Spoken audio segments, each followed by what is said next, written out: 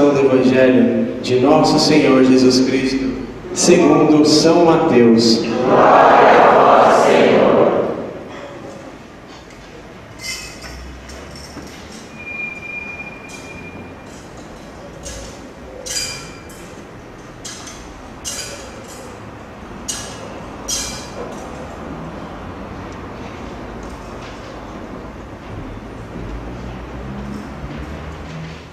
Naquele tempo, os discípulos de João aproximaram-se de Jesus e perguntaram: por que razão nós e os fariseus praticamos jejuns, mas os teus discípulos não?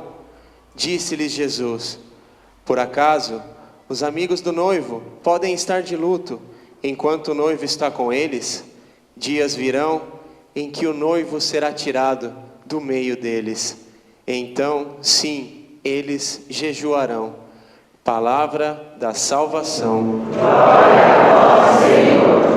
Santo anjo do Senhor, Deus zeloso guardador, se a ti confiou a graça divina, sempre veste de guarda de correta e Amém. São Pedro, podemos sentar, caríssimos irmãos e irmãs. A liturgia de hoje, ela fica muito clara, de uma maneira, se nós olharmos com os olhos sobrenaturais da fé, aonde nós vemos João, que tinha os seus discípulos, e também do outro lado Jesus, que não era tão conhecido como João. João era muito conhecido por ser aquele profeta que pregava no deserto, comia gafanhoto, se vestia com pele de bicho, um monte de coisa. E Jesus, ele tinha acabado de iniciar a sua caminhada, a sua vida pública. E então nós vimos algumas semanas atrás a morte de João Batista. E então aqueles que eram os discípulos de João passaram a ser os discípulos de Jesus e começaram a segui-lo. Foi o próprio João quem apontou para o Cristo e disse: eis o Cordeiro de Deus, aquele que veio para tirar o pecado do mundo. E então, a partir dali, esse mandato de João os obriga a seguir o verdadeiro Senhor. E João mostra muito claramente isso na sua vida, que não eram para ter seguido ele, mas sim eram para ter observado aquilo que ele vinha pregando, que era a prática do jejum, a prática da penitência, a prática da mortificação. E isso fica muito claro quando nós temos uma intimidade com a palavra de Deus e a lemos, fica muito claro. E isso o Senhor pede para mim que sou padre, para todos nós batizados, para cada um de nós.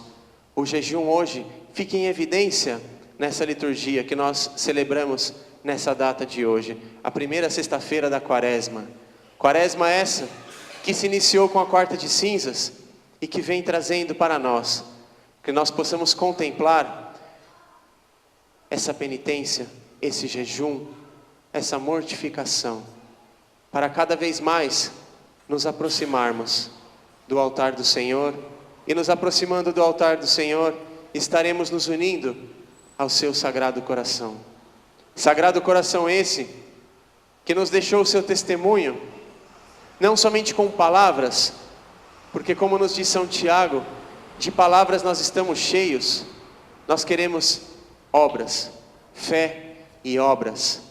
Como que eu estou vivendo a minha quaresma, o meu início de quaresma?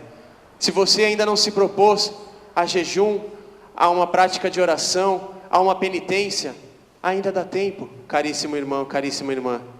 Que nós possamos, como nos diz na primeira leitura, não nos vestir de saco, claro, porque o mundo já pensa que nós que rezamos um pouco mais, já acha que nós somos loucos. O que diriam, né, se nós passássemos na rua vestidos de roupa de saco, né, com cinza na cabeça, com cinza na cara? Mas a penitência, a mortificação principal deve estar no meu interior, deve estar voltada para o meu coração, aonde aqueles que julgam muitas vezes, aqueles cristãos como cada um de nós, que procuramos viver a palavra de Deus, procuramos viver os sacramentos, procuramos a confissão, enfim, tudo aquilo que o Senhor Jesus deixou para cada um de nós. E nesse tempo muito forte o tempo mais forte da nossa igreja, aonde nós cada vez mais temos que observar essa palavra do Senhor e colocá-la em prática. Não sermos como os fariseus hipócritas, que colocavam peso sobre as pessoas em que eles mesmos não conseguiam viver, não tinham coragem. A coragem que vinha de Deus, que vem de Deus para cada um de nós. Caríssimos filhos e filhas da igreja, que nessa quaresma nós saibamos viver de maneira acertada aquilo que o Senhor pede para mim, pede para você. Tempo de revisar o seu coração. O mundo muitas vezes ele vai contra tudo aquilo que nós procuramos meditar na palavra de Deus.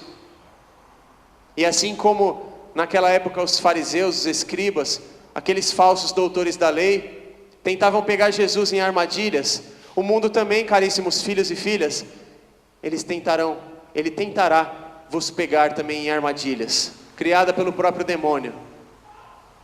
Imitemos o exemplo de nosso Senhor Jesus Cristo. Não queiramos imitar aquilo que o mundo nos enfia goela abaixo. Não.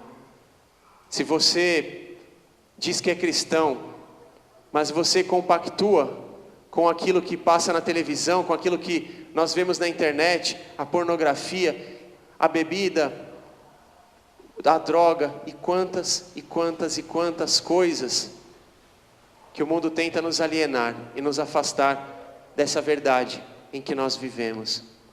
Não caiamos nas tentações do mundo, mas que nessa quaresma nós tenhamos o Espírito fortalecido pelo Espírito Santo de Deus, Espírito Santo esse que caminha conosco, caminha com cada um de nós, que somos batizados, que somos crismados, que vivemos debaixo dessa palavra.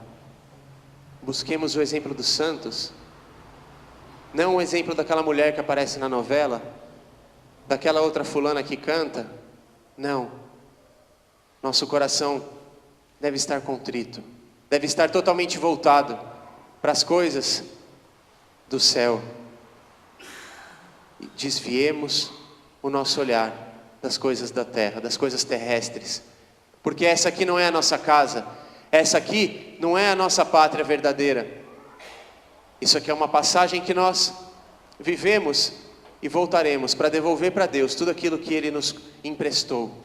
Porque o dom que você tem, o dom que o Padre tem, o Senhor Ele não nos dá, Ele nos empresta.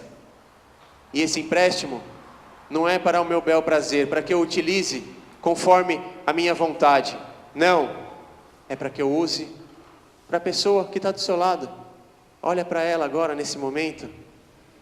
Você tem que utilizar os dons que Deus te deu para essa pessoa, para aqueles que ainda não conhecem o Evangelho de nosso Senhor Jesus Cristo.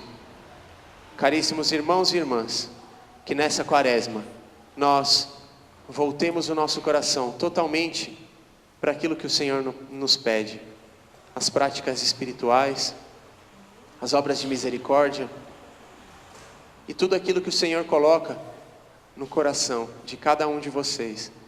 Porque eu tenho certeza que o mesmo jejum que o Senhor me pede não é o mesmo que Ele vai pedir para você.